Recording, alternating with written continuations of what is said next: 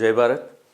સંસદ પાર્ટ 1 અને પાર્ટ 2 જોયા બાદ તરત જ આપણે જોવાનું છે જે ટોપિક એના પછીનો એ છે આપણા સિલેબસ મુજબ રાજ્યનું વિધાનમંડળ અને ભારતીય બંધારણની અંદર રાજ્ય વિધાનમંડળ અંગેની જોગવાઈઓ આપણે જાણીએ છીએ મુજબ ભારતીય બંધારણના ભાગ 6 ની અંદર આપવામાં આવેલી છે અને રાજ્ય વિધાનમંડળની જોગવાઈઓ ભાગ 6 માં આર્ટિકલની જો વાત કરીએ આપણે તો આર્ટિકલ નંબર 168 થી લઈ અને 212 સુધી આપવામાં આવેલી છે.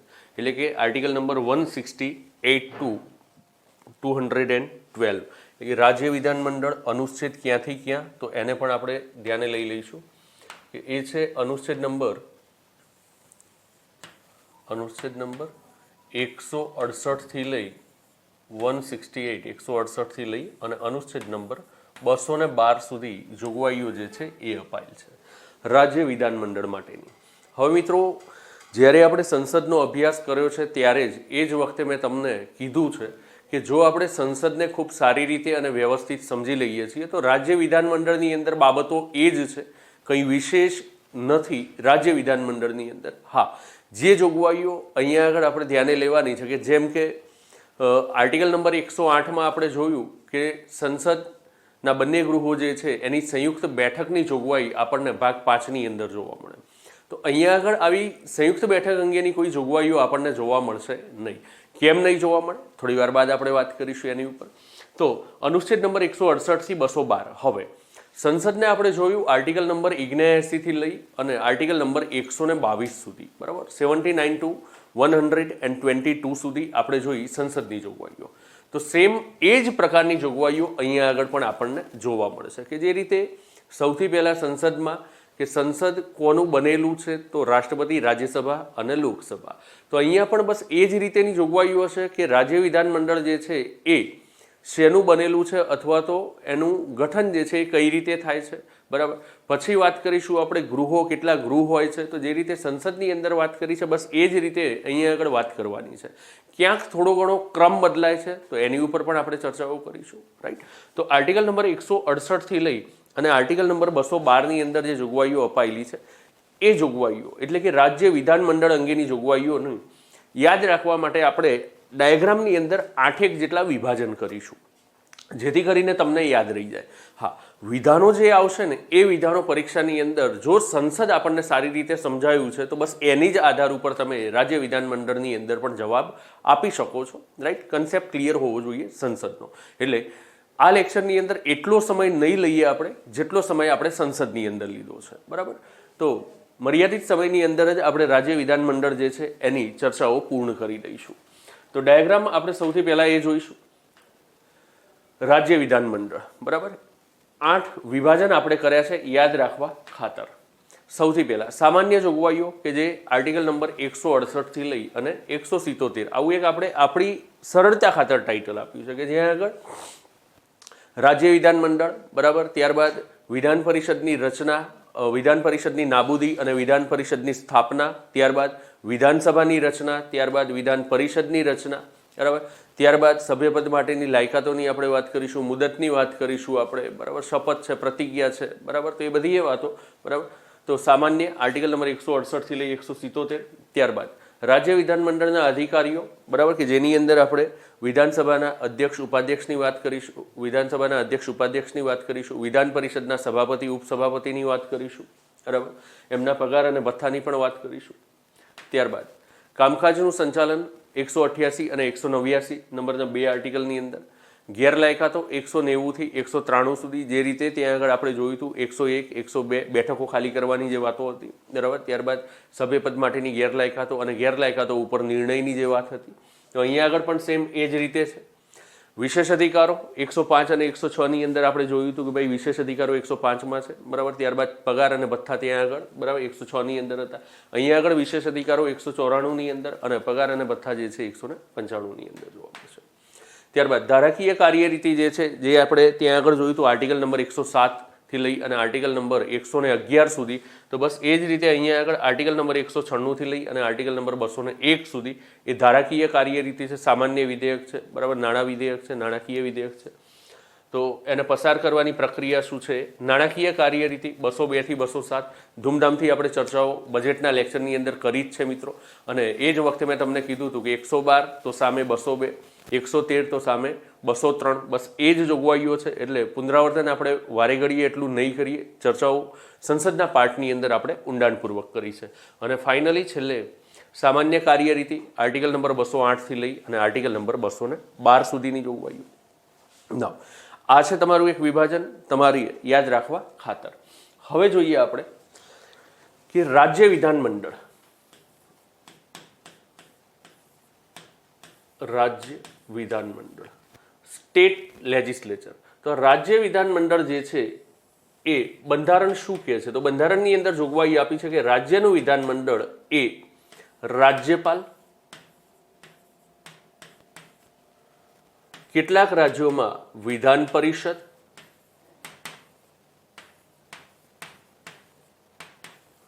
અને દરેક રાજ્યની અંદર જોવા મળશે વિધાન સભા થી બનેલું હશે.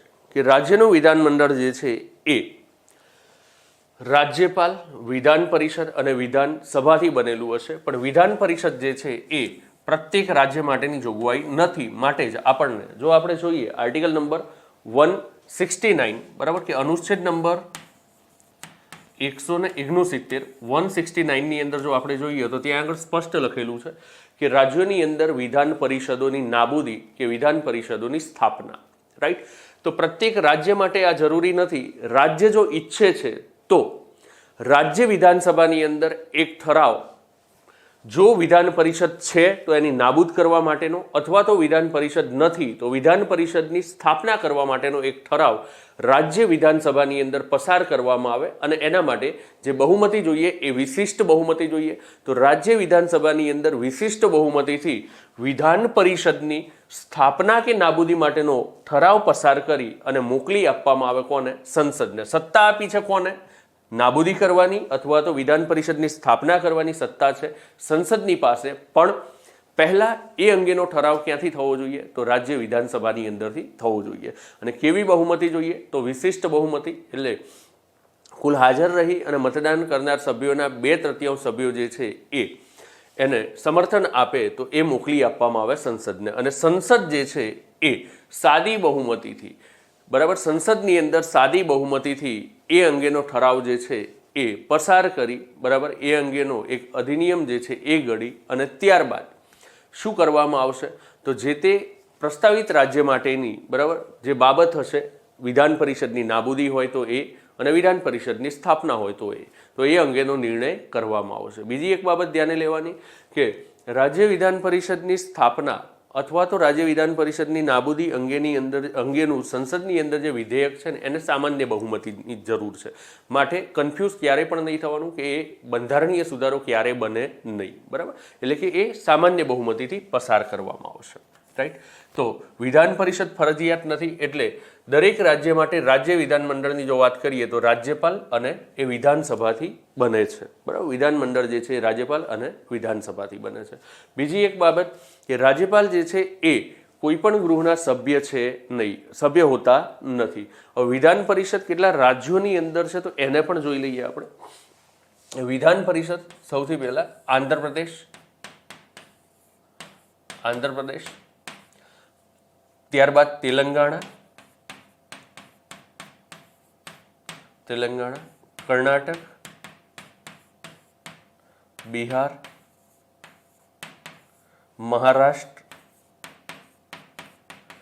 અને ઉત્તર પ્રદેશ. આ 6 રાજ્ય છે જેની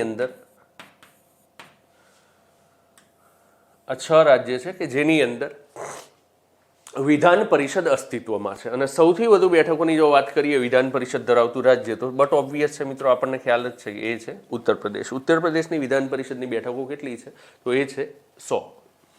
અને સૌથી ઓછાની વાત કરીએ તો આની અંદર છે તેલંગાણાની અંદર છે 40. આંધ્રપ્રદેશથી અલગ થયું એટલે તેલંગાણા, તો તેલંગાણામાં 40 છે, આંધ્રપ્રદેશની અંદર 45 છે, 45 છે. બરાબર.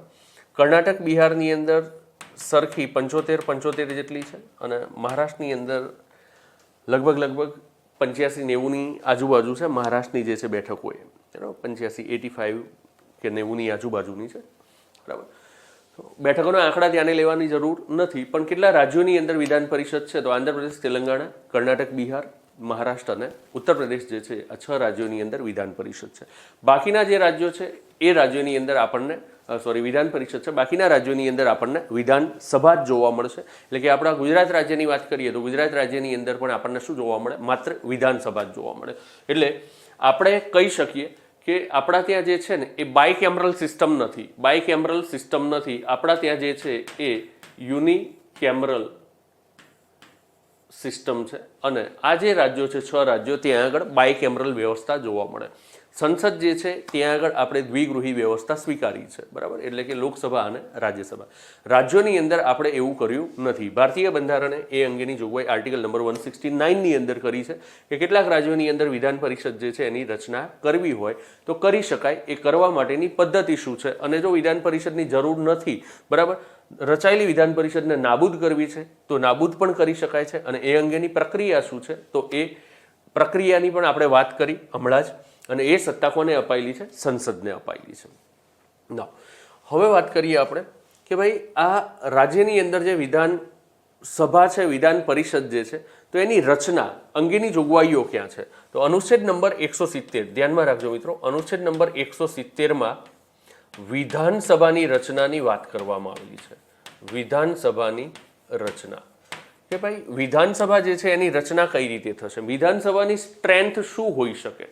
શું કોઈ મિનિમમ ક્રાઇટેરિયા છે? શું કોઈ મેક્સિમમ ક્રાઇટેરિયા છે? તો હા, બંધારણની અંદર વાત કરી છે જોગવાઈની અંદર આર્ટિકલ નંબર 170માં કે વિધાનસભા કોઈ પણ રાજ્યની વિધાનસભા જે છે એ ઓછામાં ઓછા એટલે કે મિનિમમ 60 સભ્યોની બનેલી હશે. મિનિમમ 60 સભ્યોની બનેલી હશે અને મેક્સિમમ જે છે એ મેક્સિમમ 500 સભ્યો, બરાબર. તો રાજ્યની વિધાનસભા ઓછામાં ઓછા 60 અને વધુમાં વધુ 500 સભ્યોથી બનેલી હશે, બરાબર. બંધારણની અંદર આ જોગવાઈ આપવામાં આવેલી છે. અને બીજું કે વિધાનસભાની ચૂંટણીઓ જે છે એ પ્રત્યક્ષ પદ્ધતિથી કરવામાં આવશે. પ્રત્યક્ષ મતદાન એટલે કે મતદાતાઓ જે છે એ પોતાના ઉમેદવારો જે છે એને જાતે જ મત આપશે, પ્રત્યક્ષ પદ્ધતિથી મત આપશે. તે માટે આખા રાજ્યના જે ભાગો છે એને મત વિસ્તારોની અંદર વિભાજિત કરવામાં આવશે. અને આ મત વિસ્તારોને એ રીતે વિભાજિત કરવામાં આવશે કે પ્રત્યેક રાજ્યની અંદર રહેલો પ્રત્યેક મત વિસ્તાર અને કહી શકાય કે તેની અંદર એક સમાનતા જળવાવી જોઈએ. એટલે કે વસ્તીની જે છે એ એક સમાનતા જળવાવી જોઈએ. અને આ અંગે મત વિસ્તારો તૈયાર કરવાની સત્તા જે છે એ સંસદને અપાયેલી છે કે સંસદ કાયદા દ્વારા વ્યવસ્થા કરશે અને રાજ્યની અંદર શું કરશે? આવા તો વિધાનસભાના મત વિસ્તારો જે છે એ તૈયાર કરશે. તો સંસદ કાયદા દ્વારા, તો આપણે સંસદના ચેપ્ટરની અંદર જ વાત કરી હતી, બરાબર, કે અહીંયા આગળ જે છે પ્રાદેશિક પ્રતિનિધિત્વના સિદ્ધાંતથી એટલે કે પ્રદેશ જે છે એ તૈયાર કરવામાં આવશે. શેના? તો વિધાનસભાની ચૂંટણી માટેના પ્રદેશો તૈયાર કરવામાં આવશે, જેને આપણે શું કહીએ છીએ? મત વિસ્તારો કહીએ છીએ. તો આ જે મત વિસ્તારો છે એ તૈયાર કોણ કરશે? તો એ તૈયાર કરવા માટે સંસદ કાયદા દ્વારા વ્યવસ્થા કરશે. તો સંસદે કાયદા દ્વારા વ્યવસ્થા કરી. ડિલિમિટેશન કમિશન એટલે કે જેને આપણે પરિસીમન આયોગ અથવા તો સીમાંકન પંચ તરીકે ઓળખીએ છીએ, બરાબર. તો આ પરિસીમન આયોગ કે સીમાંકન પંચ જે છે એ શું કરશે? તો મત વિસ્તારો જે છે એનું સીમાંકન કરશે. મત વિસ્તારો જે છે એ તૈયાર કરશે, બરાબર. પણ એ રીતે તૈયાર કરશે કે જેથી કરીને રાજ્યની અંદર તમામ મત વિસ્તારો જે છે એમાં શક્ય હોય ત્યાં સુધી વસ્તીનું એક પ્રમાણ જળવાઈ રહે, બરાબર. વસ્તીનું એક પ્રમાણ જળવાઈ રહે, રાઈટ. તો આ રીતે સીમાંકન પંચ આપણે જાણીએ છીએ 1952, 1962, 1972 અને છેલ્લે વર્ષ 2002માં, બરાબર. તો 52, 62, 72 અને વર્ષ 2002માં સીમાંકન પંચ રચાયા છે. અને સીમાંકન પંચના આધારે જ, બરાબર, આપણે વાત કરી હતી કે લોકસભાના મત વિસ્તારો અને સાથે સાથે વિધાનસભાના મત વિસ્તારો પણ તૈયાર કરાયા છે. જોગવાઈ છે આના પછી, બરાબર, કે ભાઈ પ્રત્યેક વસ્તી ગણતરી બાદ, બરાબર, પુનઃ સીમાંકન કરવાનું, પુનઃ ફેરગોઠવણી કરવાની, બરાબર. તો એ જોગવાઈ પણ આપણે સંસદના ચેપ્ટરની અંદર ચર્ચાઓ કરી હતી, બરાબર, કે સૌ પ્રથમ વખત 42માં બંધારણીય સુધારાથી જોગવાઈ કરવામાં આવી અને 1971ના વસ્તી ગણતરીના આંકડાઓ જે છે એને જ ધ્યાને લેવાની જોગવાઈ 25 વર્ષ સુધી કરી દેવામાં આવી. ત્યારબાદ પુનઃ પાછું 84મો બંધારણીય સુધારો વર્ષ 2001ની અંદર કરવામાં આવ્યો અને વર્ષ 2001ના 84મા બંધારણીય સુધારાથી પુનઃ પાછું એને 25 વર્ષ લંબાવવામાં આવ્યું, જેથી આપણે કહી શકીએ 2026 સુધી આ જે છે એ જોગવાઈઓ યથાસ્થિતિ મુજબ જ છે. એટલે કે ભાઈ વસ્તી ગણતરીના આંકડાઓ બરાબર બેઠકોની ફાળવણી જે છે એના માટે કયા લેવાના, તો 1971ના લેવાના. પણ 84મા બંધારણીય સુધારાથી એ જોગવાઈ કરવામાં આવી કે મત વિસ્તારો જ્યારે તૈયાર કરવાની વાત છે તો એ સમયે વસ્તી ગણતરીના આંકડાઓ જે છે બરાબર, તો એ 2001ની વસ્તી ગણતરીના આંકડાઓને શું કરવાના છે, ધ્યાને લેવાના છે. બરાબર. ત્યારબાદ અનામત બેઠકોની વાત કરીએ તો અનામત બેઠકોની અંદર બરાબર કે વિધાનસભાની અંદર બેઠકો અનામત હોય છે કોના માટે, તો અનુસૂચિત જાતિ અને અનુસૂચિત જનજાતિ માટે. એ સિવાય અન્યના માટે અનામત હોતું નથી. વિધાનસભામાં અનામત જોવા મળે, વિધાન પરિષદની અંદર કોઈ અનામત બેઠકોની જોગવાઈ આપણને જોવા મળતી નથી. રાઈટ. તો એને પણ પ્રારંભિક સમયે આપણે વાત કરીએ તો એ 10-10 વર્ષ માટે હતું. બીજી સાથે વાત કરી દઉં કે વિધાનસભાની અંદર એક એંગ્લો ઇન્ડિયનની નિમણૂક આપવાની સત્તા કોને છે, રાજ્યપાલને છે. પણ હવે જે 104મા બંધારણીય સુધારાથી આ જોગવાઈને શું કરવામાં આવી છે, સમાપ્ત કરવામાં આવી છે. પણ એ પણ શરૂઆતમાં અનુસૂચિત જાતિ જનજાતિ અને એંગ્લો ઇન્ડિયન એ સાથે સાથે જ ચાલતું હતું કે ભાઈ 10 વર્ષ માટે એને એક્સટેન્ડ કરવામાં આવ્યું હતું. અને છેલ્લે આપણે જોઈએ કે 104મો બંધારણીય સુધારા કાયદો જે છે એનાથી એંગ્લો ઇન્ડિયનની જોગવાઈ શું કરવામાં આવી, સમાપ્ત કરવામાં આવી. પણ અનુસૂચિત જાતિ જનજાતિ જે છે એનું જે અનામત છે એ પુનઃ પાછું બીજું 10 વર્ષ લંબાવવામાં આવ્યું છે. એટલે કે 25મી જાન્યુઆરી 1930 સુધી આ અનામત પાછું એને કન્ટિન્યુ કેરી ફોરવર્ડ જે છે એ કરવામાં આવ્યું છે. રાઈટ. તો એ અનામત બેઠકોની ફાળવણી માટે આપણે જોયું હતું જે તે સમયે સંસદની અંદર કે 87મો બંધારણીય સુધારો વર્ષ 2003નો, તો 87મા બંધારણીય સુધારા મુજબ અનામત બેઠકો જે છે એની ફાળવણી તો એ 2001ની વસ્તી ગણતરીના આંકડાઓને ધ્યાને લઈ અને કરવામાં આવશે. એટલે કે વર્ષ 2001ની વસ્તી ગણતરીના આંકડાઓના આધારે અનામત બેઠકો જે છે એ ફાળવવામાં આવશે. રાઈટ. તો બંધારણીય સુધારા પણ સરખા જ છે ત્યાં આગળ જે હતા એ કે ભાઈ સૌપ્રથમ વખત 42મા બંધારણીય સુધારાથી આવું સ્થગિત કરવામાં આવ્યું. ત્યારબાદ 25 વર્ષ જેવા પૂર્ણ થયા એટલે ત્યારબાદ 84મો બંધારણીય સુધારો વર્ષ 2001માં કરવામાં આવ્યો અને પુનઃ પાછું 2003ની અંદર જ આપણે જોઈએ કે ભાઈ અનામત બેઠકો જે છે એ અને મત વિસ્તારોનું સીમાંકન કરવા માટે ધ્યાનમાં લેવાની જોગવાઈઓ તો એ છે 87મો બંધારણીય સુધારો. Is it clear? તો આ રીતે રાજ્ય વિધાનસભા જે છે એની રચના કરવામાં આવે. હવે અરુણાચલ પ્રદેશ, સિક્કિમ, ગોવાની વાત કરીએ આપણે, મિઝોરમની વાત કરીએ આપણે અને નાગાલેન્ડની વાત કરીએ આપણે, તો એ પરિસ્થિતિની અંદર તમને એવું થાય કે ભાઈ 30, 40 અને 46 બેઠકો ત્યાં જોવા મળે. ભાઈ અરુણાચલ પ્રદેશ, સિક્કિમ અને ગોવાની વાત કરીએ તો 30 બેઠકો છે ત્યાં આગળ. બરાબર. ત્યારબાદ મિઝોરમની અંદર 40, નાગાલેન્ડની અંદર 46 છે. બરાબર. તો આ રાજ્યોની અંદર અહીંયા આગળ તો આપણે એવું કીધું કે ભાઈ ઓછામાં ઓછા 60 બરાબર ને વધુમાં વધુ 500. તો 60 કરતાં ઓછા છે તો આવું શક્ય કઈ રીતે? તો આપણે બંધારણની અંદર જ એક જોગવાઈઓ આપેલી છે. બરાબર કે આર્ટિકલ નંબર 371ની અંદર આપણે જોઈએ તો શું છે, 371ની અંદર કેટલાક રાજ્યો માટે ખાસ જોગવાઈઓ. તો ધ્યાનમાં રાખજો મિત્રો કે કેટલાક રાજ્યો માટે આવી ખાસ જોગવાઈઓ હેઠળ જ વિધાનસભાની સભ્ય સંખ્યા 60 કરતાં પણ ઓછી હોઈ શકે છે. રાઈટ. ઓકે. તો આ રીતે વિધાનસભા જે છે એની રચના અને સાથે સાથે કે ભાઈ પ્રત્યક્ષ ચૂંટણી પદ્ધતિ છે અને કયો સિદ્ધાંત છે અહીંયા આગળ, તો પ્રાદેશિક પ્રતિનિધિત્વનો સિદ્ધાંત છે. બરાબર. કયો સિદ્ધાંત? પ્રાદેશિક પ્રતિનિધિત્વ. હવે જો વિધાન પરિષદ છે તો વિધાન પરિષદની રચના શું? બરાબર. 170માં ધ્યાનમાં રાખજો આપણે ત્યાં જોયું તો ત્યારે શું હતું, પહેલા રાજ્યસભાની રચના જોઈ હતી આપણે આર્ટિકલ નંબર 80માં. 81માં શું જોયું હતું આપણે, તો 81ની અંદર લોકસભાની રચના જોઈ હતી આપણે. રાઈટ. 82ની અંદર મુદત જોઈ અને 83ની અંદર આપણે શું જોયું હતું, તો એની અંદર આપણે વાત કરી હતી સભ્યપદ માટેની બરાબર લાયકાતો શું છે, તો સોરી 83-84ની અંદર જોયું હતું, 82ની અંદર ફેરગોઠવણીની વાત કરી હતી આપણે. રાઈટ. તો અહીંયા આગળ ધ્યાને એ લેજો કે પહેલા રાજ્યસભા જેવું જે ગૃહ છે બરાબર વિધાન પરિષદ, તો એ વિધાન પરિષદની રચના પહેલા નથી. રચના પહેલા કોની છે? વિધાનસભાની છે. કયા આર્ટિકલની અંદર? 170ની અંદર. વિધાન પરિષદની વાત કરી છે સ્થાપના અને નાબૂદીની અનુચ્છેદ નંબર 169ની અંદર, એટલે કે અનુચ્છેદ 169ની અંદર. હવે વિધાન પરિષદ જે છે ને એ ઉપલું ગૃહ કહેવાય. કોઈ પણ રાજ્યની અંદર જો હોય તો એ ઉપલું ગૃહ કહેવાય અને દ્વિતીય બરાબર ગૃહ પણ એને કહી શકાય છે. વિધાનસભા એ નીચલું ગૃહ બરાબર અને પ્રથમ ગૃહ પણ એને કહી શકાય છે. રાઈટ. હવે જો કોઈ રાજ્યની અંદર વિધાન પરિષદ છે તો એ વિધાન પરિષદની રચના કઈ રીતે થશે, તો અનુચ્છેદ નંબર 171 અનુચ્છેદ નંબર 171ની અંદર કીધું છે કે ભાઈ વિધાન પરિષદ છે કોઈ રાજ્યની અંદર, તો એ વિધાન પરિષદની સભ્ય સંખ્યાની શું જોગવાઈ હશે? તો સૌથી પહેલા એનો સિદ્ધાંત જોઈ લો ચૂંટણીનો. તો ચૂંટણીનો સિદ્ધાંત છે સમપ્રમાણ પ્રતિનિધિત્વનો, બરાબર, જે આપણે ચર્ચાઓ કરી રાજ્યસભાની અંદર કે ભાઈ સમપ્રમાણ પ્રતિનિધિત્વના સિદ્ધાંતના આધારે ચૂંટણી થાય છે રાજ્યસભાના સભ્યોની. એટલે કે મતદાતા જે છે એ પ્રત્યક્ષ મત આપશે નહીં, એના વતીથી એના જે પ્રતિનિધિઓ છે એ શું કરશે? મત આપશે. એટલે કે પરોક્ષ પદ્ધતિથી મતદાન કરવામાં આવશે.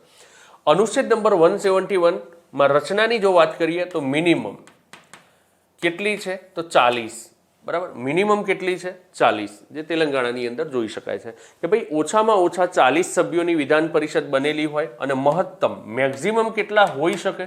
તો એના માટે કોઈ આંકડો નથી પણ પ્રમાણ આપ્યું છે. ધ્યાનમાં લેજો મિત્રો કે વિધાન પરિષદની ઓછામાં ઓછી સભ્ય સંખ્યા જે છે એ કેટલી હોય? તો વિધાન પરિષદની ઓછામાં ઓછી સભ્ય સંખ્યા 40 હોય અને મહત્તમ કેટલા સુધીની વિધાન પરિષદ હોઈ શકે? તો એના માટે કોઈ ચોક્કસ આંકડો નથી પણ એનો આધાર શેની ઉપર છે? તો જે તે રાજ્યની વિધાનસભાની સભ્ય સંખ્યા ઉપર આધાર છે, રાઈટ. કે રાજ્યની વિધાનસભાની સભ્ય સંખ્યા કેટલી છે એનો જ આધાર, એ જ આધાર બનશે શેના માટે? તો વિધાન પરિષદની મહત્તમ સભ્ય સંખ્યા નક્કી કરવા માટે. શું છે એ પ્રમાણ? તો એ છે કે રાજ્યની વિધાનસભાની કુલ સભ્ય સંખ્યાના 1/3 કરતાં વધુ હોવી જોઈએ નહીં. સપોઝ ઉદાહરણ તરીકે કોઈ રાજ્યની વિધાનસભાની સભ્ય સંખ્યા છે 180, બરાબર. તો આ પરિસ્થિતિની અંદર જો તે રાજ્યની અંદર વિધાન પરિષદ રચાય તો એ વિધાન પરિષદની મહત્તમ સભ્ય સંખ્યા કેટલી થઈ શકે? તો 1/3 એટલે કે 60 થઈ શકે, રાઈટ. તો વિધાન પરિષદની ઓછામાં ઓછી સભ્ય સંખ્યા 40 હોવી જોઈએ અને વિધાન પરિષદની મહત્તમ સભ્ય સંખ્યા એ રાજ્ય વિધાનસભાની કુલ સભ્ય સંખ્યાના 1/3 કરતાં વધુ હોવી જોઈએ નહીં, એટલે કે 1/3 જેટલી હોવી જોઈએ. Is it clear? ઓકે. તો વિધાન પરિષદ મિનિમમ 40, મેક્સિમમ જે છે એ શું છે? 1/3. હવે ચૂંટણી કઈ પદ્ધતિથી છે? એટલે છે કહીએ છીએ આપણે એને પરોક્ષ પદ્ધતિ, બરાબર, પરોક્ષ પદ્ધતિ. હવે આની અંદર પરોક્ષ પદ્ધતિમાં પ્રપોર્શન એક ખ્યાલ ખાસ ધ્યાને લેજો મિત્રો, બરાબર. પ્રપોર્શન જે છે એને ખાસ ધ્યાને લેજો. વિધાન પરિષદની અંદર વિધાન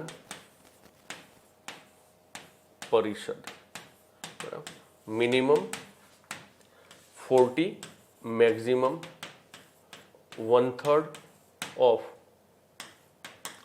VS એટલે કે વિધાનસભા. નાઉ આની અંદર જે પ્રપોર્શન છે એને ધ્યાને લેવાનું કે ભાઈ વિધાન પરિષદના સભ્યો ને કઈ રીતે પરોક્ષ પદ્ધતિથી ચૂંટીને મોકલવામાં આવશે. તો એનું પ્રમાણ આપ્યું છે કે 1/3 સભ્યો કુલ સભ્ય સંખ્યા જેટલી પણ હોય, આ પ્રપોર્શન ખાસ ધ્યાનમાં રહેજો, ઘણી વખતે પરીક્ષાની અંદર આ પણ આવે છે. 1/3 સભ્યો સ્થાનિક સ્વરાજની સંસ્થાઓના સભ્યો દ્વારા, બરાબર, કે સ્થાનિક સ્વરાજ્યની સંસ્થાઓ જે છે, નગરપાલિકા છે, બરાબર, પંચાયતો છે, તો એ આના સભ્યો, બરાબર, જે હશે એ કેટલા સભ્યોને વિધાન પરિષદની અંદર ચૂંટીને મોકલે? તો એ છે 1/3 સભ્યોને ચૂંટીને મોકલશે, બરાબર, 1/3 સભ્યોને. 1/3 જે બીજા સભ્યો છે એમને રાજ્ય વિધાનસભાના સભ્યો દ્વારા ચૂંટવામાં આવશે, સભ્યો દ્વારા ચૂંટાશે. 1/3 સભ્યો એ રાજ્ય વિધાનસભાના સભ્યો દ્વારા બનેલું જે મતદાર મંડળ હશે એ 1/3 સભ્યોને ચૂંટીને મોકલી આપશે. સ્થાનિક સ્વરાજ્યની સંસ્થાના સભ્યોનું જે મતદાર મંડળ હશે એ પણ 1/3 સભ્યોને ચૂંટીને મોકલશે. 1/12 એટલે કે 1/12 સભ્યો જે છે, 1/12 સભ્યોને રાજ્યમાં સ્થાયી થયેલા 3 વર્ષના સ્નાતકોના બનેલા મતદાર મંડળ દ્વારા, બરાબર, સ્નાતકોનું મતદાર મંડળ. Is it clear? કે ભાઈ 1/12 સભ્યો જે છે 1/12, બરાબર, મેમ્બર્સ ઓફ ધ વિધાન પરિષદ, બરાબર, સ્ટેટ કાઉન્સિલ જે છે એના 1/12 સભ્યો જે છે એ કયા મતદાર મંડળ? તો રાજ્યમાં સ્થાયી હોય તેવા, રાજ્યના સ્થાયી થયેલા 3 વર્ષના સ્નાતકો, બરાબર, નું જે મતદાર મંડળ હશે એના દ્વારા, બરાબર. ત્યારબાદ 1/12 બીજું પ્રપોર્શન, બરાબર. 1/12 બીજા જે સભ્યો છે એ પણ એક મતદાર મંડળ છે કે રાજ્યની અંદર રાજ્યના શિક્ષકો જે છે, શિક્ષકોનું મતદાર મંડળ. પણ આની અંદર ધ્યાનમાં દેવાનું એ છે કે માધ્યમિક કક્ષાથી નિમ્ન ન હોય તેવા, બરાબર, કે રાજ્યની અંદર 10 વર્ષનું શિક્ષણ કાર્યનો અનુભવ હોય તેવા, રાજ્યના માધ્યમિક કક્ષાથી નીચે ન હોય તેવા શિક્ષકોના બનેલા મતદાર મંડળ દ્વારા 1/12 સભ્યો જે છે એને શું કરવામાં આવશે? ચૂંટીને મોકલવામાં આવશે. અને છેલ્લે જો બહુ સિમ્પલ છે, 1/3 તો એ છે ગવર્મેન્ટમાંથી, એટલે કે લોકલ સેલ્ફ ગવર્મેન્ટ એન્ડ વિધાનસભા. ત્યારબાદ 1/12 તો બંનેની અંદર એજ્યુકેશન છે, એક સ્નાતકો છે, બીજી બાજુ શિક્ષકો છે. છેલ્લે વધ્યા હવે આની અંદર 1/6 એટલે કે 1/6 સભ્યો. તો 1/6 સભ્યો જે છે એને કોના દ્વારા? તો રાજ્યપાલ દ્વારા નિયુક્ત કરવામાં આવશે, બરાબર. રાજ્યપાલ દ્વારા નિયુક્ત કરવામાં આવશે. રાજ્યપાલ કેટલા સભ્યોને નિયુક્તિ આપી શકે? તો વિધાનસભાની અંદર એક સભ્યને નિમણૂક આપવાની સત્તા રાજ્યપાલને હતી, અને એ હતી એંગ્લો ઇન્ડિયનના કિસ્સામાં, પણ હવે એ સમાપ્ત થઈ ગઈ. પણ વિધાન પરિષદની અંદર જો રાજ્યપાલ નિમણૂક આપે છે તો એ કેટલા સભ્યો? તો વિધાન પરિષદની કુલ સભ્ય સંખ્યાના 1/6 એટલે કે 1/6 સભ્યો, બરાબર. સપોઝ 60 છે તો 1/6 એનું છઠ્ઠો ભાગ જે છે એ 10મો થાય, તો એ રાજ્યપાલ દ્વારા નિયુક્ત કરવામાં આવશે, રાઈટ.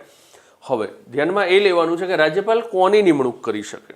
રાજ્યપાલ કોની નિમણૂક કરી શકશે? તો અહીંયા આગળ જે તે રાજ્યના વતનીની જ નિમણૂક કરી શકે. એ પણ ખાસ ધ્યાનમાં રાખજો કે ભાઈ ગુજરાતની અંદર વિધાન પરિષદ સ્થપાય તો ગુજરાત વિધાન પરિષદની અંદર રાજ્યપાલ 1/6 સભ્યોને નિમણૂક આપે તો પછી શું એ કોઈ અન્ય રાજ્યના વ્યક્તિની નિમણૂક આપી શકે ગુજરાત વિધાન પરિષદમાં? તો ન આપી શકે, બરાબર. એ ગુજરાત રાજ્યના જે રહેવાસી છે, વતની છે, અને મતદાર યાદીમાં નામ છે એવા વ્યક્તિને જ, બરાબર, એટલે કે સ્થાનિકને જ શું કરી શકે? નિયુક્તિ આપી શકે. કયા ક્ષેત્રો છે એના માટે નિમણૂક આપવા માટેના? તો જે રીતે રાજ્યસભાની અંદર હતા એ જ છે, કલા, સાહિત્ય, વિજ્ઞાન, સમાજ સેવા, અને અહીંયા એક એડ થશે એ છે સહકારી ચળવળ, કોઓપરેટિવ મુવમેન્ટ જેને આપણે કહીએ છીએ. તો કોઓપરેટિવ મુવમેન્ટ જે છે એની અંદર પણ એક નવું ફિલ્ડ ઉમેરાય છે અહીંયા આગળ, જે રાજ્યસભાની અંદર નિમણૂક માટે નથી. કે રાજ્યસભાની અંદર 12 સભ્યોની નિમણૂક જે છે તો એમાં છે કલા, સાહિત્ય, વિજ્ઞાન અને સમાજ સેવામાં ઉત્કૃષ્ટ પ્રદાન કરેલું હોય, અથવા તો એમાં એક ક્ષેત્રની અંદર બહોળો લાંબા પ્રમાણની અંદર અનુભવ હોય તો એવા વ્યક્તિની નિમણૂક કરી શકે. અહીંયા આગળ એક ફિલ્ડ જે છે એ ઉમેરાય છે, એ છે કોઓપરેટિવ મુવમેન્ટ એટલે કે સહકારી ચળવળ. તો સહકારી ચળવળની અંદર, બરાબર, કોઈ વ્યક્તિએ સક્રિય ભાગ ભજવેલો હોય અથવા તો એનો લાંબો અનુભવ ધરાવતા હોય એવા વ્યક્તિની અહીંયા આગળ વિધાન પરિષદની અંદર રાજ્યપાલ શું કરી શકે? નિમણૂક આપી શકે, બરાબર. હવે વિધાનસભાના સભ્ય બનવા માટેની ઉંમર વિષયક લાયકાતની વાત કરીએ તો 25 વર્ષ કરતાં ઓછી ન હોવી જોઈએ, એટલે કે 25 વર્ષની ઉંમર હોવી જોઈએ. વિધાન પરિષદ માટે વાત કરીએ આપણે તો એ છે 30 વર્ષની ઉંમર, એટલે કે લોકસભા અને રાજ્યસભામાં જે છે એ સેમ જ છે અહીંયા આગળ, એ જ મુજબ છે અહીંયા આગળ, રાઈટ. તો ઉંમર વિષયક લાયકાત 25 અને 30, વિધાનસભામાં 25, વિધાન પરિષદની અંદર 30 છે. ભારતના નાગરિક હોવા જોઈએ, બંનેની અંદર સેમ. જે બાકી જે રીતે સંસદની અંદર લાયકાતો છે બસ એ જ રીતે અહીંયા આગળ આપણને લાયકાતો જોવા મળે છે, રાઈટ. હવે આ બંને ગૃહોના પીઠાસીન અધિકારીની આપણે વાત કરીએ, અન્ય લાયકાતો સેમ છે મિત્રો, એટલે એની ઉપર વારે ઘડીએ પછી રિપીટેશન ઓફ વર્ક આપણે નથી કરતા, બરાબર, ડુપ્લિકેશન ઓફ વર્ક આપણે નહીં કરીએ, બરાબર. લાંબા સમયના લેક્ચર કરવા કરતાં સમજાય એવા અનુકૂળ, હા જરૂરી છે તો સંસદની અંદર ધામધૂમથી આપણે 5-6 કલાક ચર્ચાઓ કરી જ છે મિત્રો, એટલે અહીંયા આગળ ફરી પાછા એટલા લાંબા લેક્ચર બનાવવાનો કોઈ જ મતલબ નથી. અહીંયા આગળ માત્ર સમરી શું છે એ સમજી લેવાની જરૂર છે.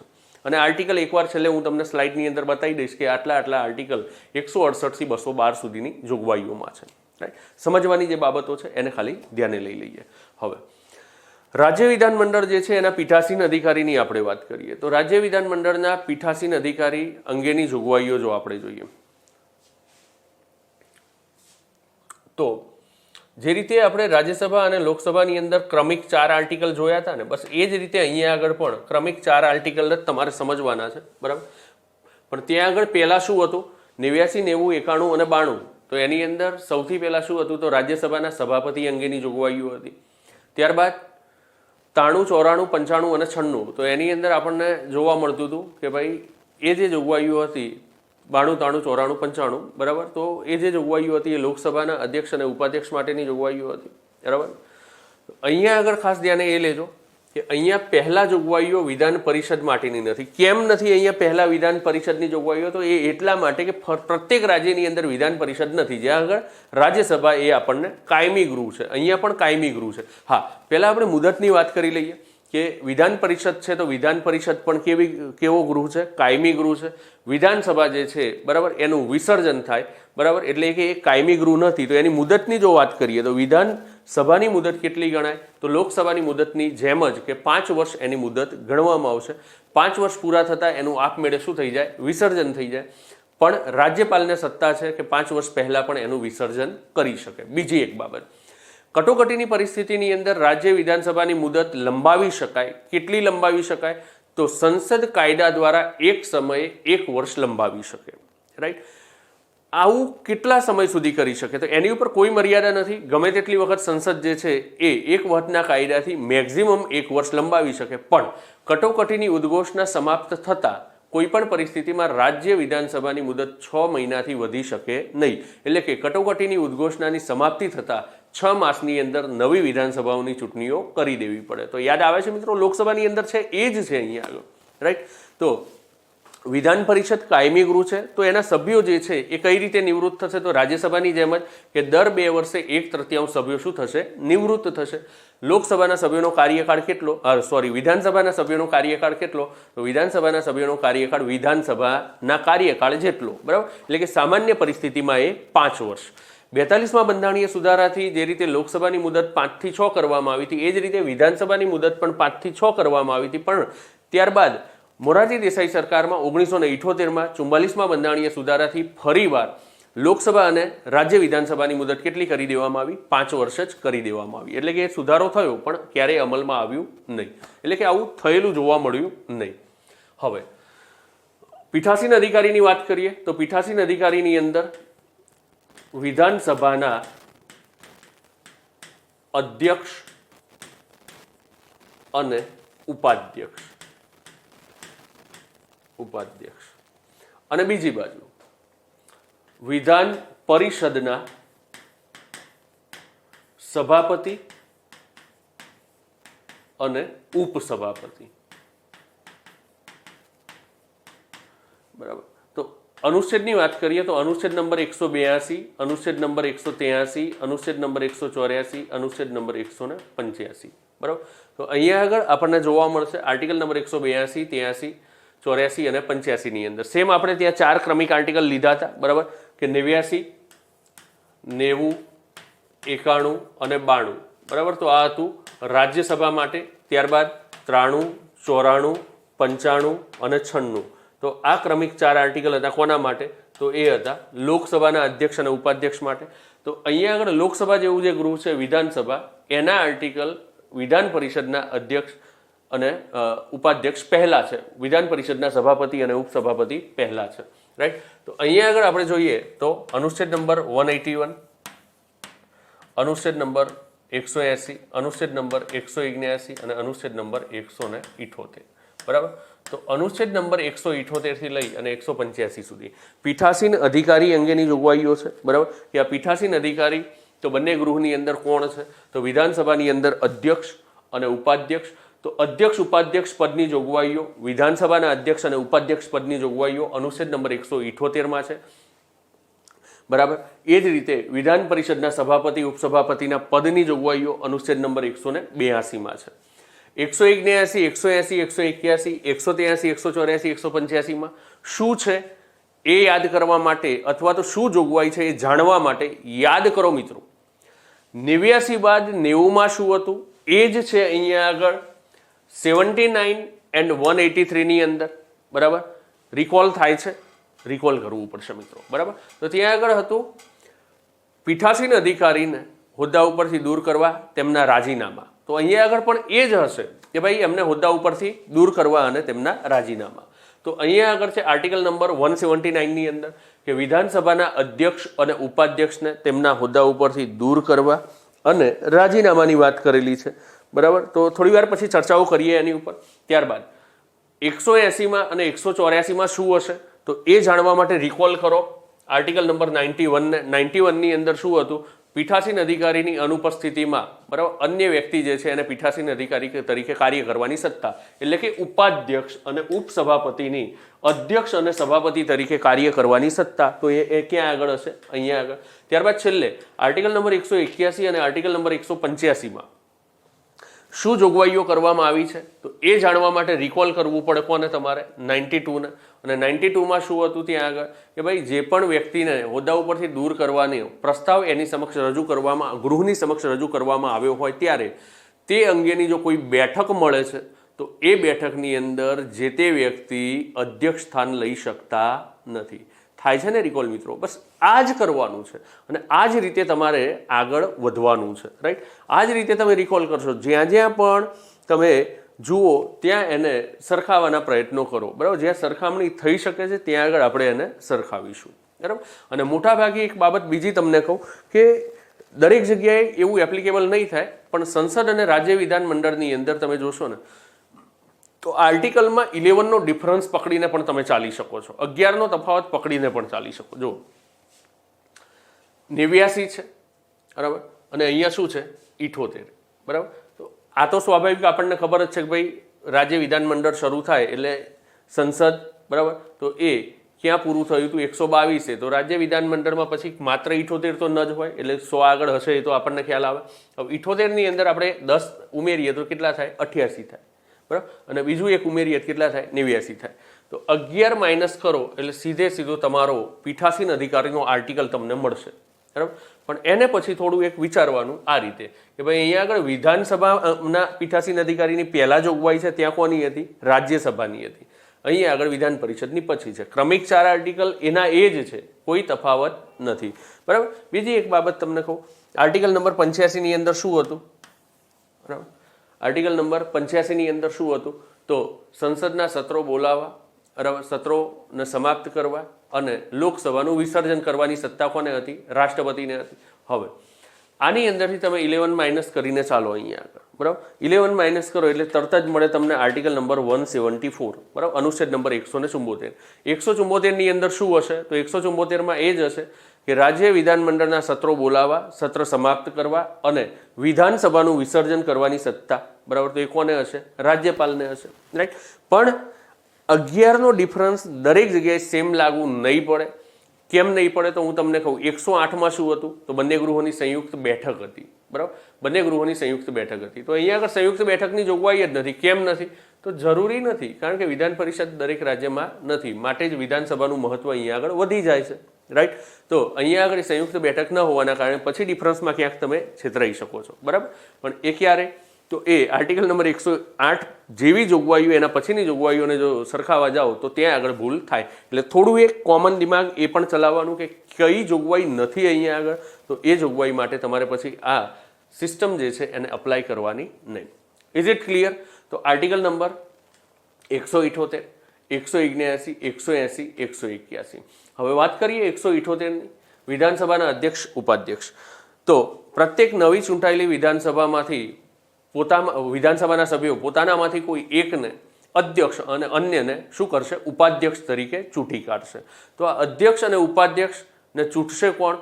તો વિધાનસભાના સભ્યો જ ચૂંટી કાઢે છે, બરાબર. તો વિધાનસભાના સભ્યો દ્વારા અધ્યક્ષ અને ઉપાધ્યક્ષની ચૂંટણી કરવામાં આવશે. 14 દિવસની નોટિસ આપી અને તેમને હોદ્દા ઉપરથી દૂર કરવા માટેનો પ્રસ્તાવ એમની સમક્ષ મૂકી શકાય છે. એટલે કે 14 દિવસની નોટિસ આપીને જ અધ્યક્ષ કે ઉપાધ્યક્ષને હોદ્દા ઉપરથી દૂર કરવાનો પ્રસ્તાવ મૂકી શકાય. બીજું કે અધ્યક્ષ કે ઉપાધ્યક્ષને રાજીનામું આપવું છે તો વાઇસ વર્સા છે મિત્રો, કે અધ્યક્ષ ઉપાધ્યક્ષને અને ઉપાધ્યક્ષ જે છે એ અધ્યક્ષને સંબોધીને રાજીનામું આપી શકે છે. ત્યારબાદ વાત કરીએ અહીંયા આગળ કે ભાઈ જે સમયે અધ્યક્ષ હાજર નથી, ગેરહાજર છે, તો એ સમયે ઉપાધ્યક્ષને અધ્યક્ષ તરીકે કાર્ય કરવાની શું થાય છે? સત્તાઓ મળે છે. અને 181ની અંદર કે જે રીતે પ્રસ્તાવ જે વ્યક્તિની સામે હોદ્દા ઉપરથી દૂર કરવાનો ગૃહની અંદર દાખલ થયેલો હોય અને એ અંગેની બેઠક મળે તો સ્વાભાવિક છે કે એ વ્યક્તિ અધ્યક્ષસ્થાન લઈ શકે નહીં. સેમ આની આ જ જોગવાઈઓ કોપી પેસ્ટ ક્યાં છે? 182, 83, 84 અને 85ની અંદર. Is it clear? તો આ થઈ એ બાબતો. હવે પીઠાસીન અધિકારીના પગારોની વાત કરીએ આપણે તો આર્ટિકલ નંબર 186ની અંદર જોગવાઈ કરવામાં આવેલી છે. આર્ટિકલ નંબર 186ની અંદર કે ભાઈ આ જે પીઠાસીન અધિકારી છે એમના પગાર અને ભથ્થાની જોગવાઈ છે. તો એ વિધાનસભા જે છે એ કાયદા દ્વારા નક્કી કરશે એ મુજબના પગાર અને ભથ્થા અમને મળવાપાત્ર રહેશે. બરાબર, પગાર અને ભથ્થા અમને મળવાપાત્ર રહેશે. રાઈટ. તો અધ્યક્ષ ઉપાધ્યક્ષની પણ વાત કરી. વિધાનસભા વિધાન પરિષદ જે રાજ્યની અંદર હોય તો વિધાન પરિષદ માટે એક સભાપતિ હશે અને એક ઉપસભાપતિ હશે. તો એ જે ચૂંટાયેલી વિધાન પરિષદ છે તો એ વિધાન પરિષદના સભ્યો જ પોતાનામાંથી કોઈ એકને સભાપતિ અને અન્યને ઉપસભાપતિ તરીકે ચૂંટી કાઢશે. 14 દિવસની નોટિસ આપીને એમના સામે પણ હોદ્દા ઉપરથી દૂર કરવાનો પ્રસ્તાવ લાવી શકાય છે. વાઇસ વર્ષા બંને એકબીજાને રાજીનામું આપીને હોદ્દો છોડી શકે છે. સભાપતિની ગેરહાજરીમાં ઉપસભાપતિ એ સભાપતિ તરીકે કાર્ય કરવા માટેની સત્તાઓ ધરાવે છે. અને છેલ્લે 185માં કે જ્યારે તેમને હોદ્દા ઉપરથી દૂર કરવાનો પ્રસ્તાવ વિચારણા હેઠળ હોય અને એવી કોઈ બેઠક મળે છે તો એ બેઠકમાં સંબંધિત વ્યક્તિ અધ્યક્ષસ્થાન લઈ શકતા નથી. બરાબર. 86ની અંદર પગાર ભથ્થાની વાત કરવામાં આવેલી છે જે વિધાનસભા કાયદા દ્વારા નક્કી કરે તે મુજબનું રહેશે. Is it clear? તો આ પીઠાસીન અધિકારીની પણ આપણે વાત કરી લીધી. મુદત જે છે એની પણ આપણે વાત કરી. બરાબર. લાયકાતો જે છે સભ્યપદ માટેની એની પણ આપણે અહીંયા આગળ વાત કરી છે કે ભાઈ સભ્યપદ માટેની લાયકાતો શું છે. રાઈટ. તો આર્ટિકલ નંબર 168 બરાબર, 169, 170, 171, 172 બરાબર, 173 અને 174ની ક્રમિક ચર્ચાઓ. ત્યારબાદ 178, 79, 80, 81, 82, 83, 84, 85 બરાબર. તો એની ચર્ચાઓ પણ આપણે કરી લીધી. હવે વાત કરીએ આપણે શપથ અને પ્રતિજ્ઞા અને કોરમની. બરાબર. તો શપથ અને પ્રતિજ્ઞા અને કોરમની જો આપણે વાત કરીએ તો ત્યાં આગળ તમે યાદ કરો. બરાબર.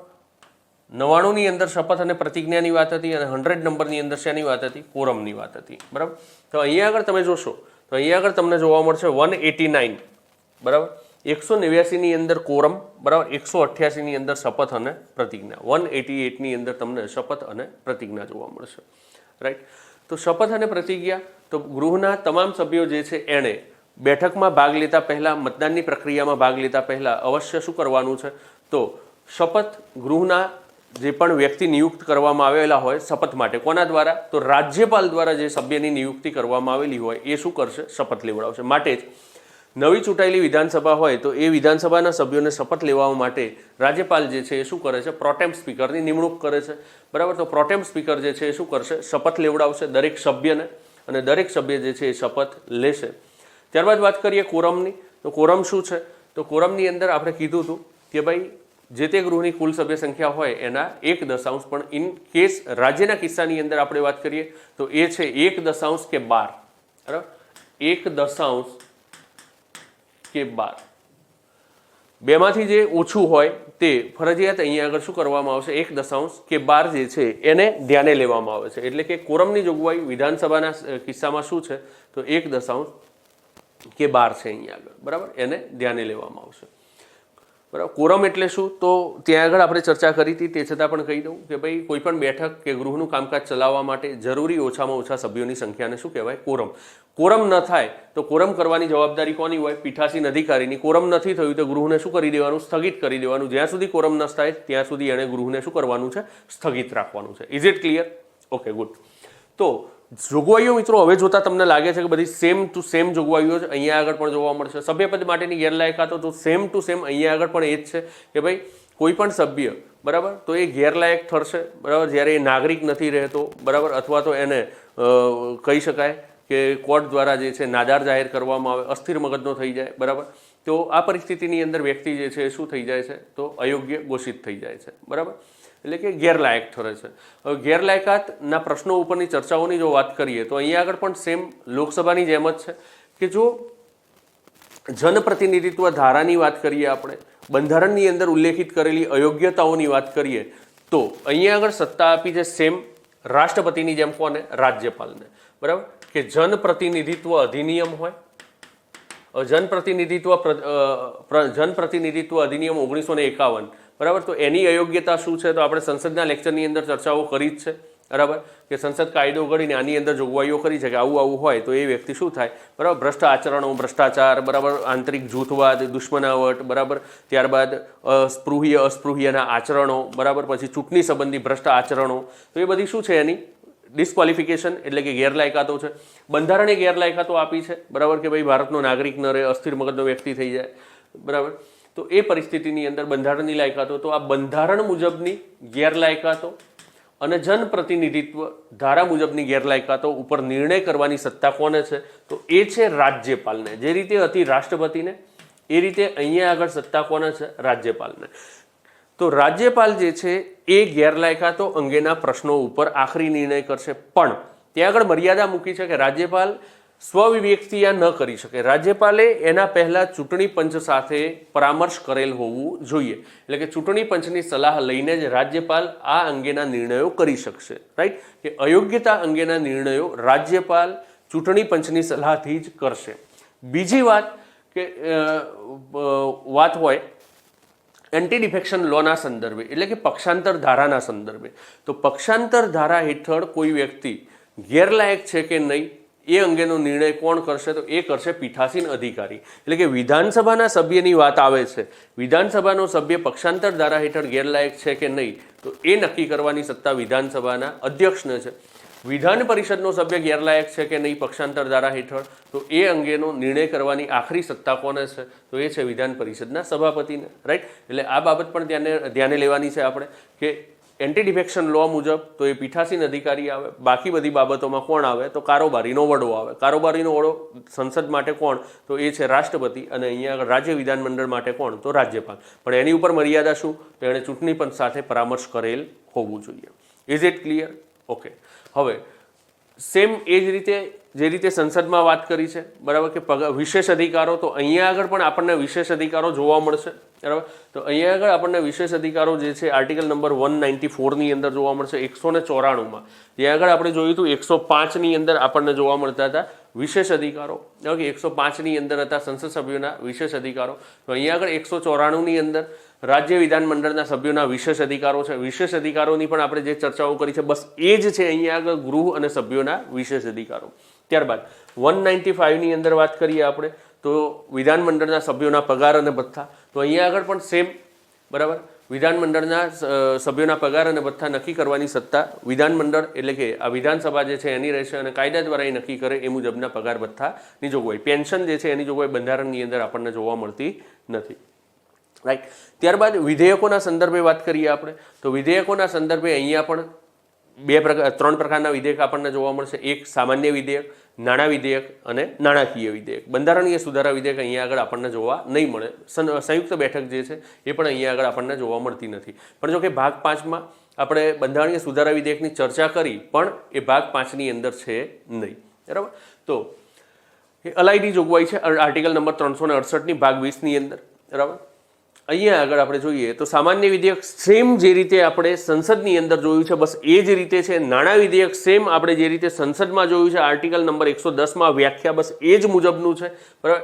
કાર્યરીતિ જે છે એ પણ એ જ મુજબની છે કે ભાઈ લોકસભામાં જ નાણાં વિધેયક રાષ્ટ્રપતિની પૂર્વ મંજૂરી, તો અહીંયા પણ રાજ્યપાલની પૂર્વ મંજૂરીથી વિધાનસભામાં શું થાય છે નાણાં વિધેયકને દાખલ કરી શકાય છે, બરાબર. નાણાકીય વિધેયકના સંદર્ભે જે પ્રક્રિયા છે સેમ ત્યાં છે એ જ અહીંયા આગળ જોવા મળે છે આપણને, બરાબર. વીટો પાવરની વિધેયકોને અનુમતિની જો વાત કરીએ, હા બીજું એક કે પ્રત્યેક ગૃહ, તો જો બાયકેમરલિઝમ છે, દ્વિગૃહી વ્યવસ્થા છે, તો બંને ગૃહની અંદર 3 વાંચન સેમ એ જ રીતે આવશે. પણ યુનિકેમરલ વ્યવસ્થા છે એટલે કે એક ગૃહી વ્યવસ્થા છે, તો પછી આ, બરાબર, પ્રશ્ન આવતો જ નથી કે બંને ગૃહોની અંદરથી પસાર કરવું પડે, બરાબર. યુનિકેમરલ છે તો એ પરિસ્થિતિની અંદર વિધાનસભામાંથી પસાર થઈ જાય અને સીધું મોકલવામાં આવે કોને, રાજ્યપાલને. રાજ્યપાલ જે છે એ, બરાબર, વીટો પાવરનો ઉપયોગ કરશે. વીટો પાવર શું છે તો આર્ટિકલ નંબર 200માં રાજ્યપાલના વીટો પાવરની વાત કરેલી છે. એક બીજી બાબત અહીંયા આગળ એ ધ્યાનમાં રાખજો કે બાયકેમરલિઝમ છે તો એ પરિસ્થિતિની અંદર કોઈ એક ગૃહ વિધેયકને પસાર કરી અને બીજા ગૃહને મોકલી આપે તો બીજું ગૃહ કેટલા સમય સુધી એને અનિર્ણિત રાખી શકે? ત્યાં હતું 6 મહિના સુધી. અહીંયા આગળ કેટલું છે? 3 માસ સુધી. આ ધ્યાનમાં રાખજો કે આપણે કહેતા હતા ને કે કોઈ એક ગૃહ બીજા ગૃહને વિધેયક મોકલી આપે અને 6 માસ સુધી વિધેયક ઉપર કોઈ ગૃહ નિર્ણય ન કરે ત્યારે સંયુક્ત બેઠક બોલાવાય. તો અહીંયા આગળ સંયુક્ત બેઠક નથી, માટે અહીંયા આગળ જોગવાઈ જે છે આપણને જોવા મળશે કેટલી? 3 જ માસની જોગવાઈ. બરાબર કે ભાઈ બીજું ગૃહ 3 મહિના કરતા, અને સંયુક્ત બેઠક નથી તો પાછી એક બીજી પણ જોગવાઈ અહીંયા એડ થાય છે, એ પણ સમજાવી દઉં કે બીજું ગૃહ 3 મહિના, બે ગૃહી વ્યવસ્થા છે, દ્વિગૃહી વ્યવસ્થા છે, તો જ આ એપ્લિકેબલ છે. આપણે ગુજરાતની અંદર નથી, પણ બંધારણ ભણીએ એટલે થોડું સમજવું પડે, રાઈટ? તો બીજું ગૃહ 3 માસ સુધી, 3 માસ સુધી બીજું ગૃહ, બરાબર, બીજું ગૃહ 3 માસ સુધી વિધેયક ઉપર કોઈ જ નિર્ણય ન કરે, બરાબર, લંબિત રાખે વિધેયકને.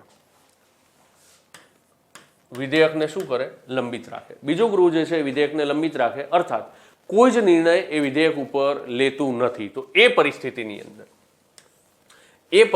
અંદર બરાબર વિધેયક જે છે એ ગૃહની અંદર, એટલે કે વિધાનસભા દ્વારા મોકલેલું, અહીંયા ખાસ ધ્યાનમાં રાખજો કે વિધાનસભા દ્વારા મોકલવામાં આવેલું કોઈ વિધેયક 3 માસ સુધી વિધાન પરિષદની અંદર અનિર્ણિત એટલે કે લંબિત રહે છે, એની ઉપર કોઈ જ ચર્ચાઓ થતી નથી, તો વિધાનસભાને સત્તા છે કે પુનઃ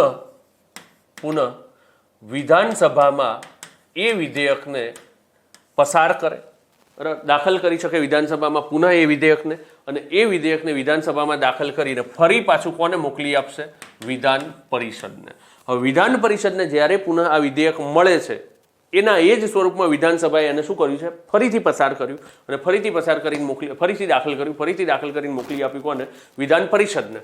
તો વિધાન પરિષદ 1 માસ સુધી જો અનિર્ણિત રાખે એને, અનિર્ણિત, બરાબર, અથવા તો એને લંબિત કહી શકીએ આપણે, અનિર્ણિત અથવા લંબિત. તો જો વિધાન પરિષદ એને ફરીથી પાછું 1 માસ સુધી અનિર્ણિત કે લંબિત રાખે તો એ પરિસ્થિતિની અંદર આ વિધેયક વિધાન પરિષદમાંથી પસાર થયેલું ગણાશે. કેમ? તો સંયુક્ત બેઠક અહીંયા આગળ નથી, એટલે પ્રથમ વખતે મેક્સિમમ વિધાન પરિષદ 3 માસ સુધી, બરાબર, અને બીજી વખતે મેક્સિમમ 1 માસ સુધી એને અનિર્ણિત રાખી શકે. હવે જો 1 માસ સુધી અનિર્ણિત રાખ્યું હોય તો એ પરિસ્થિતિની અંદર વિધેયક વિધાન પરિષદમાંથી પસાર થયેલું માનવામાં આવશે, બરાબર, પસાર થયેલું જ આને શું કરવામાં આવશે? માનવામાં આવશે. Is it clear? Okay, good. હવે કદાચ એવું બને કે બીજી વખત વિધાનસભા વિધાન પરિષદને મોકલી આપે છે, તો વિધાન પરિષદ, બરાબર, એને નકારી કાઢે અથવા તો એની અંદર સુધારા વધારા કરે, બરાબર, અને રાજ્ય વિધાનસભા જે છે એ એનાથી સહમત ન થાય તો પણ વિધેયક જે છે એ વિધાન પરિષદમાંથી પસાર થયેલું જ એને શું કરી લેવામાં આવશે? ગણી લેવામાં આવશે. હવે આ રીતે પસાર થયેલું વિધેયક જશે કોની જોડે? રાજ્યપાલ જોડે. તો અનુચ્છેદ નંબર 200ની વાત કરીએ અને આર્ટિકલ નંબર 201ની વાત કરીએ. તો અનુચ્છેદ નંબર 200માં રાજ્યપાલના વીટો પાવર છે, રાજ્યપાલના વીટો સત્તા છે, બરાબર, કે જે રીતે આપણે જોયું છે 111ની અંદર, બરાબર, absolute veto, suspensive veto, pocket veto, same એ પાવર છે. પણ 200 સિવાય 201 એડિશનની અંદર એ છે કે 201ની અંદર રાજ્યપાલને સત્તા મળે છે કે રાષ્ટ્રપતિ માટે વિધેયકને શું કરી શકે છે? વિધેયકને રાષ્ટ્રપતિના નિર્ણય અર્થે મોકલી શકે છે 201ની અંદર, જેની ચર્ચા મેં 111ની અંદર કરી હતી, અને ગુજરાતના GC/TOC વિધેયકના સંદર્ભે પણ આપણે વાત કરી હતી, બરાબર. તો અનુચ્છેદ 200 અને 201માં રાજ્યપાલ જે છે એના વીટો પાવર છે. 202, 203, 204, 205, 206 અને 207. તો બજેટની જ્યારે ચર્ચાઓ કરી ત્યારે આ આર્ટિકલને પણ તમારી સમક્ષ મૂકી દીધા હતા. તમારી સમક્ષ આ આર્ટિકલ પણ શું છે? તો બસ એ જ જોગવાઈઓ, એ પણ આપણે ચર્ચાઓ ત્યાં આગળ કરી છે.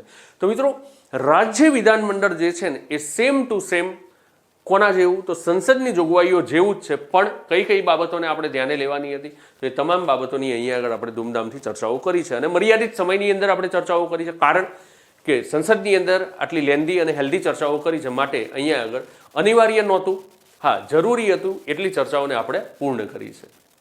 હવે આપણે જોવાનું રહ્યું આર્ટિકલ વાઇઝ શું છે, બરાબર, એ તમે પુસ્તકમાં પણ જોઈ શકો, પણ અહીંયા આગળ સ્લાઇડના માધ્યમથી પણ હું તમને એકવાર બતાવી દઉં. તો મિત્રો, સૌથી પહેલાં અનુચ્છેદ નંબર 168, બરાબર, અને બીજી એક બાબત કે ક્રમિક આ બધા આર્ટિકલ તમારે યાદ રાખી લેવા, ગોખી લેવા તમામે તમામ તો એ જરૂરી નથી. જેટલા આર્ટિકલ મેં ચર્ચાની અંદર લીધા છે એ આર્ટિકલને તમારે ધ્યાને રાખવાના છે. અને સંસદ વખતે પણ મેં તમારી સમક્ષ એ રજૂઆત કરી જ છે કે ભાઈ કઈ કઈ બાબતોને ધ્યાનમાં લેવાની છે. અનુચ્છેદ નંબર ચર્ચાઓ કરી છે.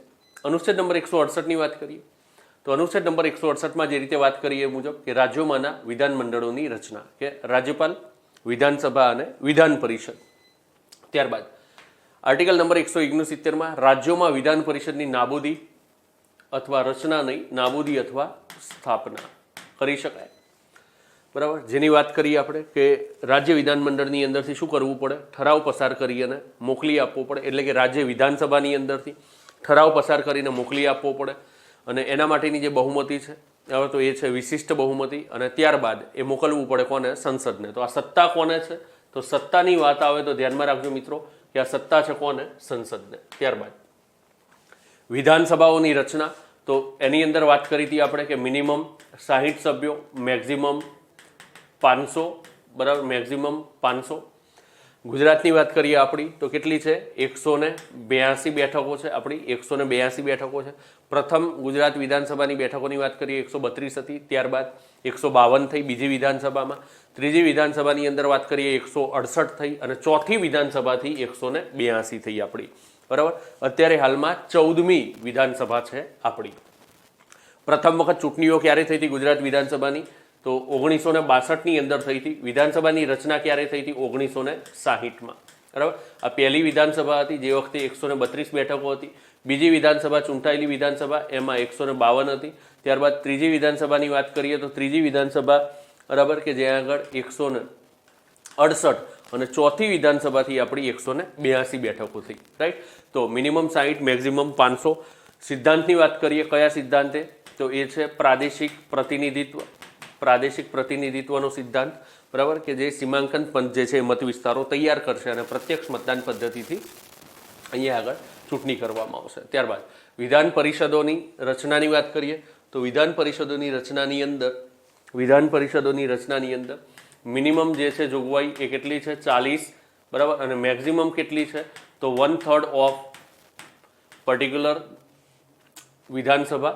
બરાબર, એટલે કે જે તે રાજ્યની વિધાનસભાની 1/3 સભ્ય સંખ્યાના 1/3 જેટલી હોઈ શકે મહત્તમ.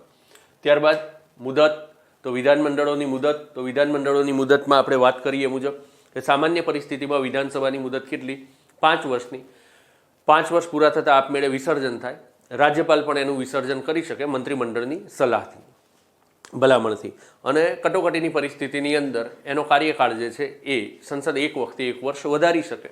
કટોકટીની ઉદ્ઘોષણા સમાપ્ત થાય એટલે 6 માસથી એ વધી શકે નહીં. રાજ્ય વિધાન પરિષદ હોય તો એ કાયમી ગૃહ છે. 1/3 સભ્યો દર 2 વર્ષે નિવૃત્ત થશે. લાયકાતો બંને માટે શું હોય, તો લાયકાતોની પણ વાત કરી લીધી આપણે કે જે રીતે સંસદની અંદર લાયકાતો છે એ જ રીતે અહીંયા આગળ આપણને લાયકાતો જોવા મળશે. 174ની અંદર સત્ર બોલાવવા, સત્ર સમાપ્ત કરવા અને વિધાનસભાનું વિસર્જન કરવાની સત્તા કોને છે, તો રાજ્યપાલને. બસ સેમ રાષ્ટ્રપતિને હતી એ જ રીતે અહીંયા આગળ રાજ્યપાલને સત્તા છે. રાજ્યપાલ જે છે એનું ખાસ સંબોધન આવી શકે ગૃહોને, ગૃહોને સંબોધન કરવાના, સંદેશા મોકલવાના રાજ્યપાલના અધિકાર છે. વિશિષ્ટ ખાસ સંબોધન કરવાની સત્તા પણ 176ની અંદર, બરાબર, ખાસ સંબોધન છે.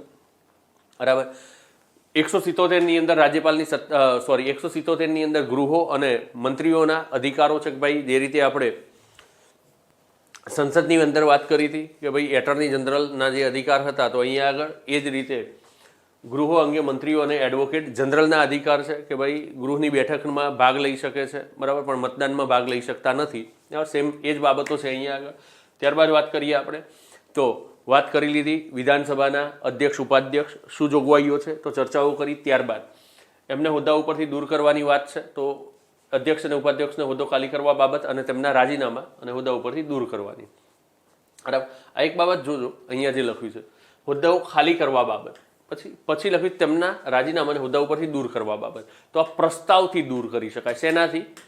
પ્રસ્તાવથી. અને એના માટે 14 દિવસની શું કરવી પડે, નોટિસ આપવી પડે. તો પછી આ હોદ્દા ખાલી કરવા બાબત, તો જ્યારે પણ કોઈ વ્યક્તિ જે તે ગૃહનો સભ્ય રહેતો નથી ત્યારે એ શું થઈ જાય છે, તો અધ્યક્ષ પણ નથી રહેતો કે ઉપાધ્યક્ષ પણ નથી રહેતો આ પરિસ્થિતિની અંદર, અથવા તો એ ગેરલાયક ઠરે છે હવે કઈ રીતે, તો આપણે બંને રીતે વાત કરી છે કે ભાઈ બંધારણની અંદર હોય જનપ્રતિનિધિત્વ ધારો હોય, બરાબર, અથવા એન્ટી ડિફેક્શન લો હોય, તો એ મુજબ જો ગેરલાયક ઠરી જાય તો પણ એને હોદ્દો શું કરવાનો છે, આપમેળે જાતે જ ખાલી કરી દેવાનો છે, રાઈટ. તો એ જ બાબતો છે અહીંયા આગળ. ઉપાધ્યક્ષની અધ્યક્ષ તરીકે કાર્ય કરવાની સત્તાઓ અહીંયા આગળ છે 180ની અંદર. ત્યારબાદ છેલ્લે કે ભાઈ બેઠકનું અધ્યક્ષસ્થાન ન લઈ શકે, હોદ્દા ઉપરથી દૂર કરવાનું ચર્ચા વિચારણા ચાલતી હોય. વિધાન પરિષદના સભાપતિ ઉપસભાપતિ ચર્ચાઓની અંદર લઈ લીધું. ત્યારબાદ ઉપસભાપતિનો હોદ્દો ખાલી કરવા બાબત, બરાબર, હોદ્દા ઉપરથી દૂર કરવા બાબત અને રાજીનામા એની પણ વાત કરી. ફરજ બજાવવાની અન્ય વ્યક્તિની સત્તાઓની વાત કરી. અને છેલ્લે કે જ્યારે વિચારણા હેઠળ હોય ત્યારે એ અધ્યક્ષસ્થાન લઈ શકતા નથી. વિચારણા શું, એટલે હોદ્દા ઉપરથી દૂર કરવાનો પ્રસ્તાવ વિચારણા હેઠળ. ત્યારબાદ પગાર અને ભથ્થા કોના, તો અધ્યક્ષ, ઉપાધ્યક્ષ, સભાપતિ, ઉપસભાપતિના પગાર અને ભથ્થા. રાજ્ય વિધાનમંડળનું એક સચિવાલય હશે, જે રીતે સંસદના સચિવાલયની આપણે વાત કરી હતી એ જ રીતે રાજ્ય વિધાનમંડળનું એક સચિવાલય હશે. આપણને જોવા મળે ગુજરાત વિધાનસભાનું એક શું છે, સચિવાલય છે. ત્યારબાદ 188ની અંદર સભ્યોએ લેવાના શપથ અને પ્રતિજ્ઞા, કારણ કે દરેક સભ્ય જે છે એને શું કરવાનું છે, શપથ અને પ્રતિજ્ઞા લેવાના છે. રાજ્યપાલ આ હેતુ માટે જેની નિમણૂક કરે તેના સમક્ષ એમણે શું કરવાના છે, શપથ અને પ્રતિજ્ઞા લેવાના. કોરમની વાત છે 189ની અંદર મતદાન ખાલી જગ્યા હોવા છતાં ગૃહનું કાર્ય કરવાની સત્તા અને કોરમ. 190ની અંદર વાત કરીએ તો બેઠકો ખાલી કરવા બાબત છે, બરાબર, કે ભાઈ એક સાથે બે બેઠકો ઉપરથી એ ચૂંટણી બે બેઠકોનું એ નેતૃત્વ ન કરી શકે, બરાબર, એટલે કે એને શું કરવાની છે, બેઠકો ખાલી કરવાની છે. ત્યારબાદ અયોગ્યતાઓ, ગેરલાયકાતો, બરાબર, ગેરલાયકાતોના નિર્ણયની વાત કરીએ તો પ્રશ્નો ઉપર પણ આપણે વાત કરી લીધી કે પીઠાસીન અધિકારી તો એ કઈ પરિસ્થિતિમાં, તો એન્ટી ડિફેક્શન લોમાં, અને બાકીની પરિસ્થિતિમાં રાજ્યપાલ નિર્ણય કરશે. શપથ કે પ્રતિજ્ઞા લીધા વગર ન લાયક હોય તે છતાં પણ જો બેસી જાય તો 500 રૂપિયા પ્રતિ દિવસ દંડ થશે, બરાબર, 500 રૂપિયા પ્રતિ દિવસ દંડ કરવામાં આવશે. સમિતિઓના સત્તા અને વિશેષ અધિકાર same as always as it is, 105 જેવું જ છે અહીંયા આગળ, કોઈ તફાવત નથી, બરાબર. ત્યારબાદ વિધેયકોની વાત કરીએ, પગાર અને ભથ્થા છે 195ની અંદર, બરાબર. ત્યારબાદ વિધેયકો દાખલ કરવા અને પસાર કરવા અંગેની જોગવાઈઓ સેમ 3 વાંચનની જે જોગવાઈઓ બાયકેમરલની અંદર હતી એ જ જોગવાઈઓ અહીંયા આગળ છે, એ જ રીતે આને પસાર કરવાનું છે. વધુ ચર્ચાઓ એની ઉપર નથી કરતા આપણે, બરાબર. નાણાં વિધેયકો સિવાય બીજા વિધેયકોને લગતી વિધાન પરિષદની સત્તા ઉપર નિયંત્રણ, જે મેં વાત કરી તમને કે ભાઈ વિધાન પરિષદ જે છે 3 મહિના પછી 1 મહિનો શું છે એ બધી બાબતો, રાઈટ. નાણાં વિધેયકો અંગેની ખાસ કાર્યરીતિ જે 109માં આપણે ચર્ચાઓ લીધી છે એ જ છે 198ની અંદર. 110માં વ્યાખ્યા છે, તો અહીંયા આગળ પણ તમને જોવા મળશે 199ની અંદર શું છે, નાણાં વિધેયકોની વ્યાખ્યા, બરાબર. 200ની અંદર રાજ્યપાલ, 200ની અંદર ધ્યાનમાં રાખજો કે 200ની અંદર છે આર્ટિકલ નંબર 200, સ્લાઇડની અંદર નથી, તો આર્ટિકલ નંબર 200ની અંદર વિધેયકોને અનુમતિ, તો રાજ્યપાલના વીટો પાવરની વાત છે. 201ની અંદર રાષ્ટ્રપતિની વિચારણા માટે અનામત રાખવામાં આવેલા વિધેયકો. 202માં વાર્ષિક નાણાકીય નિવેદન. 203ની અંદર ડિમાન્ડ ફોર ગ્રાન્ટ, બરાબર, જે રીતે આપણે વાત કરી હતી એ જ છે, બરાબર. ત્યારબાદ 204ની અંદર એપ્રોપ્રિએશન બિલ, એટલે કે વિનિયોગ વિધેયક શું છે, તો બજેટની અંદર ધામધૂમથી ચર્ચાઓ કરી છે આપણે, બરાબર. 205ની અંદર પૂરક વધારાના કે અધિક અનુદાનો, બરાબર. 206ની અંદર આપણે વાત કરીએ તો લેખાનુદાન અને પ્રત્યય અનુદાનની વાત કરી છે. અપવાદરૂપ અનુદાન જે છે એની વાત કરેલી છે. અને નાણાકીય વિધેયક જે છે એની 207ની અંદર વાત કરેલી છે, બરાબર. સામાન્ય કાર્યરીતિની વાત કરીએ તો 208થી, બરાબર, કે કાર્યરીતિના નિયમો છે. 209ની અંદર રાજ્ય વિધાનમંડળમાં નાણાકીય કામકાજ અંગેની કાર્યરીતિનું કાયદાથી નિયમન કરવામાં આવશે, એના માટેનો રાજ્ય વિધાનમંડળ શું કરશે, કાયદો કરશે. વાપરવાની ભાષા, તો આપણે વાત કરી છે પ્રાદેશિક ભાષાની અંદર પણ રજૂઆત કરી શકે, વિધાનમંડળ જે છે એ નક્કી કરશે અને અધ્યક્ષ જે છે એ શું કરશે, પરવાનગી આપશે. ફાઇનલી 211 ચર્ચા વિચારણા ઉપર નિયંત્રણ, બરાબર. અને વિધાનમંડળોમાં ન્યાયાલયની તપાસ થઈ શકશે નહીં, એટલે કે ન્યાયાલય જે છે એ હસ્તક્ષેપ કરી શકે, વિધાનમંડળની કાર્યવાહી અંગે ન્યાયાલયો તપાસ કરી શકશે નહીં, એટલે કે ન્યાયિક હસ્તક્ષેપ થઈ શકશે નહીં. તો મિત્રો, સંસદની ધૂમધામથી આપણે ચર્ચાઓ કરી, ઊંડાણપૂર્વકની ચર્ચાઓ કરી, માટે જ રાજ્ય વિધાનમંડળમાં ખપ પૂરતી જરૂરી હતી એટલી જ ચર્ચાઓ આપણે કરી છે. આશા રાખીશ કે આ જે પદ્ધતિથી આપણે આગળ વધ્યા તો એ તમારા સમયને પણ બચાવશે અને સાથે સાથે બરાબર જે સમજેલી બાબત છે એને ઝડપથી એક રિકોલ કરવામાં પણ મદદ કરશે રાજ્ય વિધાનમંડળ અને સંસદ બંને. તો મળીએ પુનઃ નવા ટોપિક સાથે, ત્યાં સુધી જય હિન્દ, જય ભારત.